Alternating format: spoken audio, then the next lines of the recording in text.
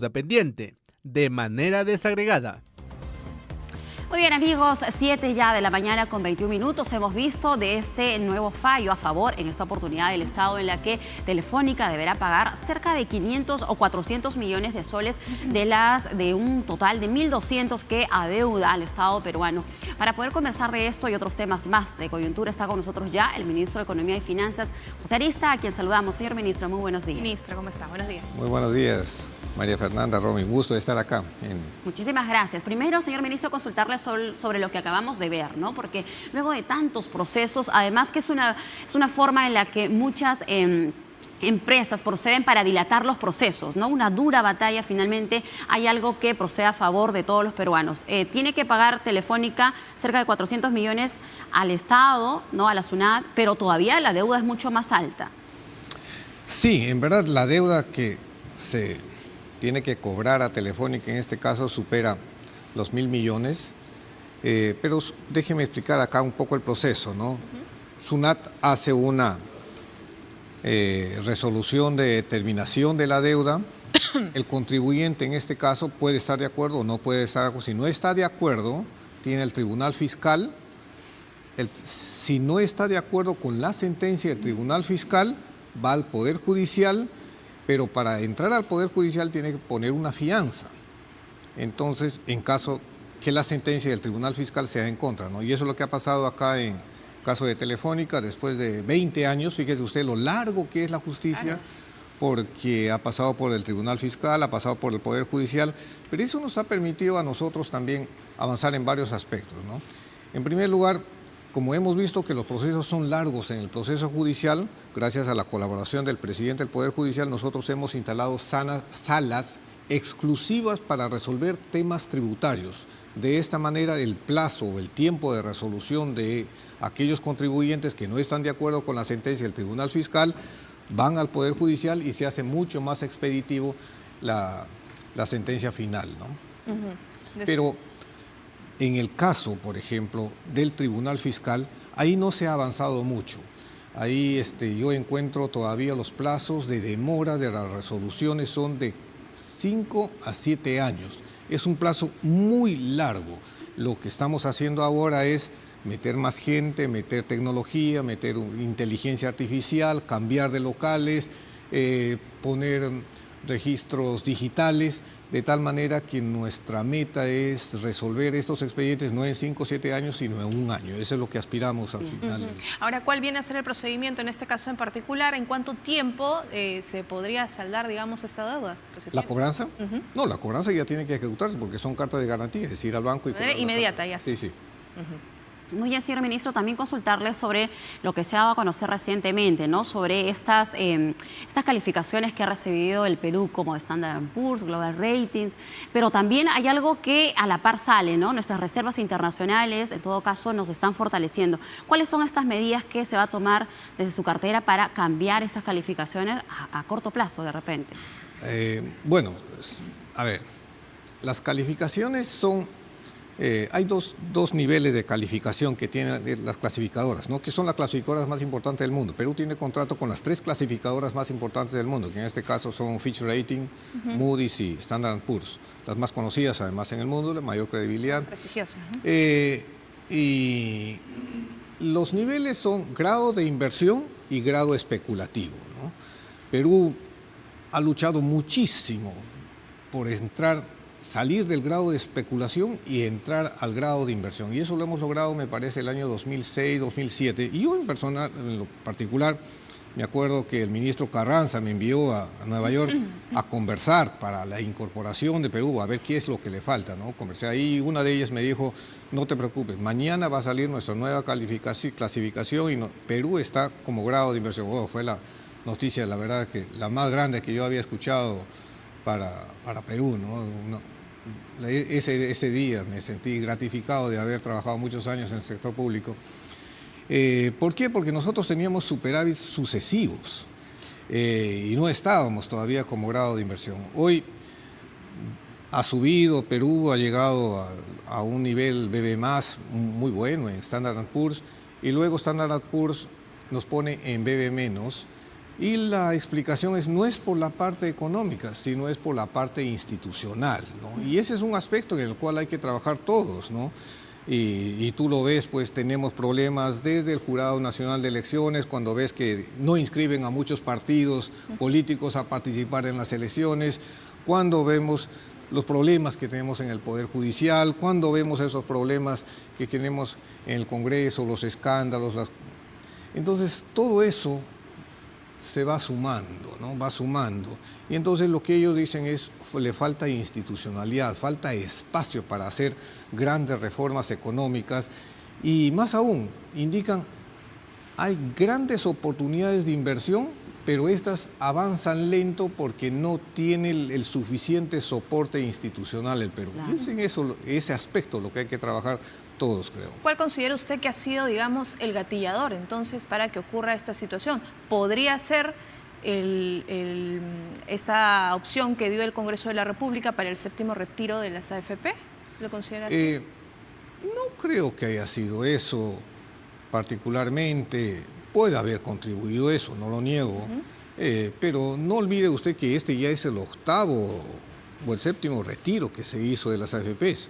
Uno de los primeros de retiros que se hizo de 4 UITs también en las AFPs fue, me acuerdo, cuando estaba el ministro Waldo Mendoza, ¿no?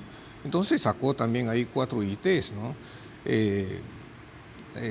Ha habido cambios, evidentemente, ¿cómo le diría? Mucho espacio que ha ido ganando el Congreso en algunas normas. Por ejemplo, yo me acuerdo, hemos hablado del gran incremento de las agroexportaciones de Perú. Pero en el año 2020, en diciembre del 2020, justamente con el ministro Mendoza, salió el famoso bono beta. Bono beta que encarece la mano de obra en un 30-40% respecto a la remuneración mínima vital. ¿Eso qué efecto ha tenido? Hoy tenemos 100.000 trabajadores menos inscritos en las empresas agroexportadoras de lo que teníamos hace 4 años, ¿no? Es un efecto negativo, ¿no? Muy bien. Señor ministro, a propósito de pensiones, ¿no? Somos conscientes, bueno, de lo que se comunicó en los últimos días. No se pudo usted presentar al Congreso de la República. De seguro que se va a dar otra cita.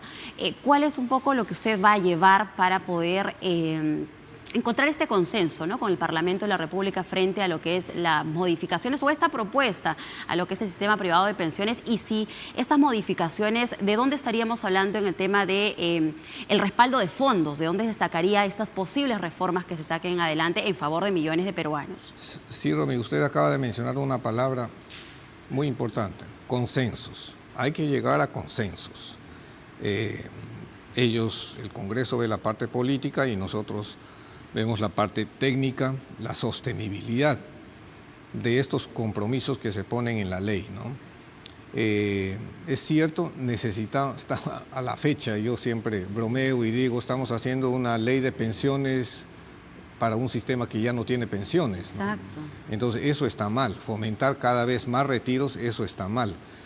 Gracias a Dios que el Congreso ha dado marcha atrás en un artículo que decía que el 50% de tu AFP puede servir, por ejemplo, para pagar deudas hipotecarias. Han dado marcha atrás y han retirado ese artículo, cual yo aplaudo y lo celebro y lo digo públicamente, ¿no? Me parece una buena decisión. Hay otras decisiones, la de abrir más el mercado, lo cual está bien. Yo creo que con 4 ya había bastante competencia, pero si abrimos más el mercado, me parece bien. Lo que no me parece bien es que en gran parte se tenga que confiar en plata del Estado para poner las pensiones a largo plazo, ¿no? Eso no está bien.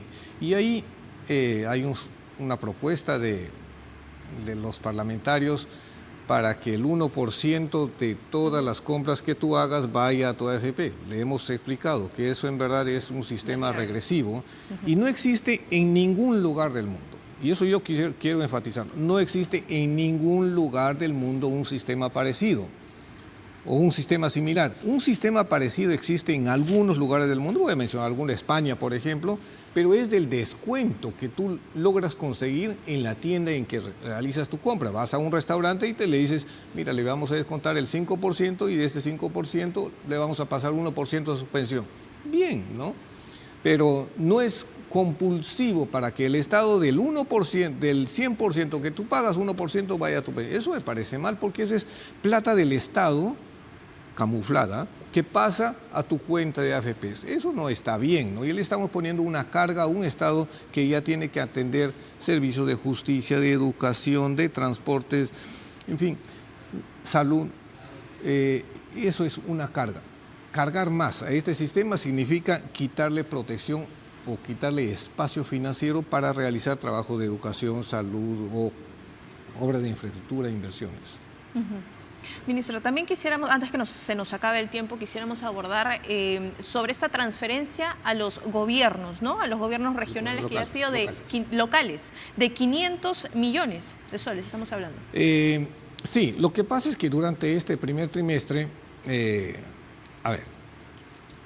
nosotros transferimos a los gobiernos locales el 2% del IGB, que se llama FONCOMUN, Fondo de Compensación Municipal, sus acrónimos, ¿no?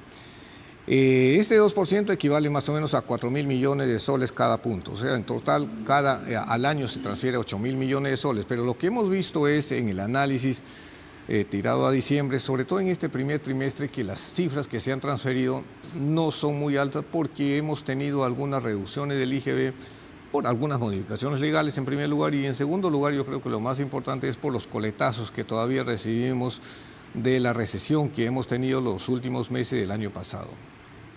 Entonces, en este espacio, y ante el reclamo también de muchos alcaldes con justicia, lo que hemos dicho es vamos a transferir 500 millones a todos los gobiernos locales no regionales, de todo el país, a lo largo y ancho de todo el país, de extremo a extremo, de tal manera que tengan un mayor espacio financiero para que puedan realizar, ya sea culminar proyectos de inversión que ellos tienen en cartera, ya sea para iniciar algunos proyectos de inversión, para realizar expedientes técnicos o para gastos corrientes como ellos lo crean conveniente, ¿no? Muy bien, señor ministro, también consultarle sobre lo que va a ser en adelante este próximo pedido de facultades en materia económica al Congreso de la República. ¿Cuáles son un poco las prioridades que se van a tener en consideración, ¿no? Y más aún, frente a este contexto con el que estábamos iniciando nuestra conversación, estas calificadoras, sobre todo dar este mensaje de que nuestro país es un país atractivo a las inversiones. Sí, esa es una pregunta muy interesante. Mire, nosotros estamos pidiendo facultades básicamente para reactivar la economía. ¿Y qué tenemos ahí? Lo que tenemos es algunas normas urgentes que tenemos que sacar. Por ejemplo, en el caso de la recaudación, que es la parte fiscal, digamos, que más nos preocupa a todos los economistas, tenemos nosotros el impuesto al streaming, el IGB. Está grabado el streaming, la ley ya está. Lo que no está explícita es la forma en que se debe cobrar. ¿Por qué? Porque las normas que tenemos están hechas para que se dé en el siguiente contexto. El proveedor está en el país y el consumidor está en el país. Pero con el avance de la tecnología lo que ha pasado es que en este caso en streaming, el oferente, el proveedor del servicio está fuera del país, pero el consumidor está fuera del país. Entonces la norma dice, está grabado todo, sí, pero ¿y cómo le cobro? Entonces lo que queremos plantear la norma es para explicar bien cómo se va a cobrar este impuesto, ¿no? Tenemos otras reformas, evidentemente, queremos darle mayor competitividad a la economía, queremos mejorar la inversión, queremos restablecer el equilibrio fiscal de una manera mucho más progresiva, queremos acelerar sobre todo la inversión, queremos culminar los proyectos de inversión que se ha quedado a mitad de construir, que ¿Algunos no está bien. ¿Importantes de resaltar? No, tenemos ahí, mira, solamente para mencionar, más de 38 hospitales a lo largo y ancho del país. Queremos acelerar la gestión misma del Ministerio de Economía y Finanzas. Queremos hacer, por ejemplo, de Proinversión un ente que no solamente se dedica a adjudicar proyectos, sino a acompañar al ganador de una adjudicación a realizar el proyecto, porque entendemos que el sector público tiene mucho más espacio para negociar con los diferentes proveedores de las interferencias que se encuentran en la realización de una obra de gran envergadura, como podría ser, por ejemplo, el anillo vial, ¿no? Ministro, entonces, en resumen, podríamos decir que pese a que se haya tenido, digamos, este resultado, esta evaluación por esta calificadora de riesgo, no deberíamos estar preocupados como nación ante estas inversiones, porque estamos a un peldaño nada más y estaríamos, digamos, con este análisis o con esta evaluación retrocediendo 20 años o 30 años sí, en el que el país se encontraba en una situación complicada, ¿no? De CCC más, me parece, o CCC. CCC más. A ver, miren, estamos ahorita con Standard & Poor's en una evaluación justo en la línea estable, ¿no? Pero es una de las 3 clasificadoras, como le comenté. En las otras 2, Fitch Rating dice no hace ninguna variación y Moody's dice, la verdad no tengo ningún apuro ahorita en sacar ninguna variación en mi calificación para Perú.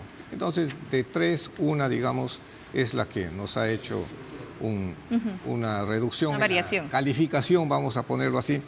Pero no quiero desmerecer eso, yo más bien voy por el lado positivo y digo, agradezco mucho a la gente de Standard & Poor's por habernos puesto en blanco y negro cuáles son los grandes problemas de Perú. Y eso, los grandes problemas institucionales, lo ha mencionado, y ese es bueno, que todos los peruanos, todas las autoridades y todos los políticos, de alguna manera, seamos conscientes del riesgo que cometemos si es que no coincidimos en armar consensos. Como una alerta. Como una alerta, te está diciendo, mira, no estás llevando bien el país, yo no sé las peleas internas que tengan ustedes, pónganse de acuerdo, pero el país tiene muchísimo potencial en el aspecto económico, pero ustedes tienen que organizarse mejor. Eso es lo que nos está diciendo. ¿Y en cuánto tiempo usted estima se pueda nuevamente tener esta calificación de Standard & Poor's para tener este nuevo resultado? Y también, señor ministro, de repente para quienes nos estén viendo en todo el territorio nacional, estamos hablando de números grandes. Sin embargo, estas informaciones que se difunden no afecta a la economía del ciudadano de a pie, de repente darle la seguridad, ¿no? La contención del caso también para que mantenga esa tranquilidad. Sí, en general las evaluaciones son cada año. Ahora, no ha afectado mucho porque nosotros, mire, a nivel latinoamericano, después de Chile, somos la segunda economía, y por un pequeño margen, la segunda economía con el margen de riesgo país más bajo. Es 1.7, me parece. O sea, a ver, ¿cómo se clasifica esto? Hay los bonos sin riesgo, lo que se denomina, que son los bonos a 10 años de Estados Unidos, y los bonos de deuda que emite Perú están 1.7 por encima de la tasa que ofrecen estos bonos sin riesgo. Somos el segundo país latinoamericano después de Chile, pero en verdad no ha afectado mucho, no creo que afecte, pero sí, como le digo, si nosotros nos ponemos en grado especulativo, sí podría afectarnos, y lo que tenemos que hacer es lo que usted dijo, Ron, ganar consensos en el Perú a fin de organizarnos y trabajar mejor toda la cosa pública, todas nuestras pequeñas diferencias, menos ego, más acción, más consenso, ¿no? Bien, ministro. Ha sido muy amable. No, al contrario, gracias a ti, María Fernanda, gracias, Ron. Muy bien, estuvo con nosotros el ministro de Economía, José Arista. Amigos, son las 7:39 de la mañana. Tenemos